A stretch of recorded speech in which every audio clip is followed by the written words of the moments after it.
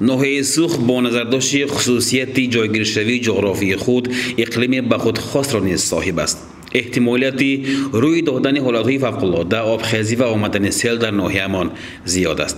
طبیعی است که حالتهای فوق‌العاده سالهای گذشته، آفتهای طبیعی که اهالی از عاقبت آن ضرر دیدند، امروز همه ما را به هوشیاری و آگاهی دعوت می‌نماید.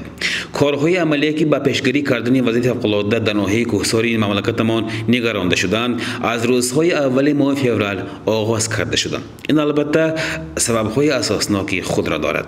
عین زمان با اشتراک نمایندگان صدارت حالتهای فوق‌العاده ولایت فرغانه در حدودهای نزدیکی ناحیه ما، محله و دهاتی در این منطقه ها جایگیر شده که احتمال آمدن سیل زیاد است، کارهای آموزشی ادامه دارد. در منطقه هایی که احتمال سر زدن آبخیزی و آمدن سیل زیاد است، تازه کردن سراهای موجوده با سرعت ادامه دارد. دایر به بررسی و آموزش این حدودها بهره پیشگیری حالتهای فوق‌العاده جوامع حکومتی نیز برگزار شده. وکیلان مخصوص در ناحیه ما کارهای آموزشی را طبق وظیفه‌های بیان جوامع همین کمیسیون حکومتی پیش میبرند. از جانب وکیلان حالت امروزه حوزه‌های دریای سرخ، سیل‌راه‌های محله‌های ملبو، دمرصد، هوشیار و شرق آباد مورد آموزش قرار گرفته، نقشه کارهای اجرا شونده ترتیب داده شده. برای پیشگیری حالت‌های فوق‌العاده چاره‌های ضروری اندیشیده می‌شود. در این سمت نمایندگان انسپکسی دولتی دو سو خوجلیک نظارت، صدارت آب و هواسنجی ولایت، صدارت وضعیت‌های فوق‌العاده و شعبه ناحیوی وضعیت‌های فوق‌العاده در اساس همکاری زیچ کار می‌برند. Bu ishimizni mana tuman hokimining boshchiligidan Malbut qishlog'idan boshladik. Malbut qishlog'idagi barcha sel yo'llarini, mana shu to'lgan sel yo'llarini hashar yo'li bilan maxsus taktik o'quv mashqlarini o'tkazib, tozalash ishlarini olib borilmoqdamiz. Hozir bugungi kunda mana shu Malbut asosiy sel yo'lini 1200 metr joyini, ya'ni 1 kilometr 200 metr joyini bugun tozalaymizda. Keyin yana shu Malbut hududidagi boshqa sel yo'llarimiz bor, yangi ochilgan sel yo'llar, o'shalarni tozalaymiz. Mana shu boshqa sel yo'llarini o'rganib chiqdik.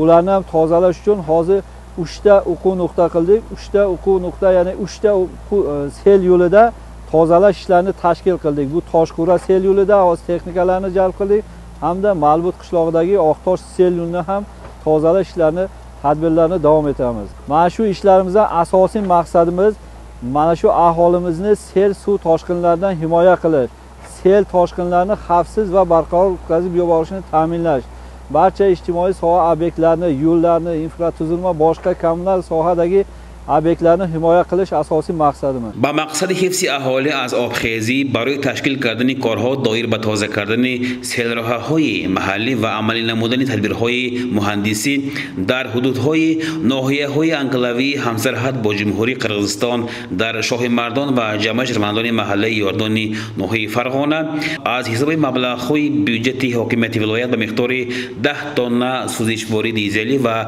یک تکنیک مخصوص یعنی اکسکاواتور سفر کرده شد.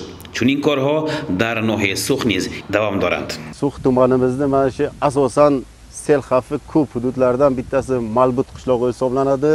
Mana shu Malbut qishlog'idagi aholini sel suv toshqinidan himoyalash maqsadida sel oqimlaridan to'lib qolgan sel yo'llarini favqulodda vaziyat boshqarmasi hamda viloyat hokimligi mutaxassislari bilan sel yo'llarini o'rganib chiqib, shu Malbut qishlog'idan o'tuvchi sel yo'lini hozirgi kunda tozalash ishlarini olib borilyapti.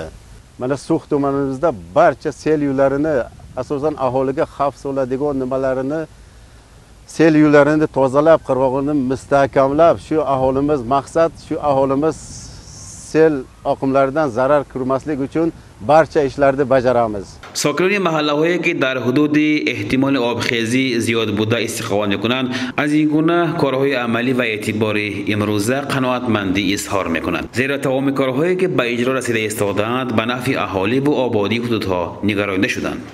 Mana shu Malbut qishlog'i So'x tumanida eng sel keladigan xavfli joy hisoblanadi qishloq. Mana shu kelib bular ishini tozalashida, mana bahor payti bo'ldi. Mana qorlar erib, yomg'irli paytlar kelyapti. Shu sel kelib shu mahallaga bir ziyon yetmasligi uchun shu yerda bular tozalatib bizga yordam beryaptilar. Shu Malbut qishlog'idan minnatdorchilik izhor qilaman. این زمان در ناحیه‌مان با اشتراک نمایندگان ساحه و دیگر مسئولان کارهای آموزشی دوام دارند. دایر به جلب کردن واسطه‌های ضروری و تکنیک‌ها به حدودهای احتمالی آبخیزی داشته تمام چاره و تدبیرهای ضروری اندیشیده شدند.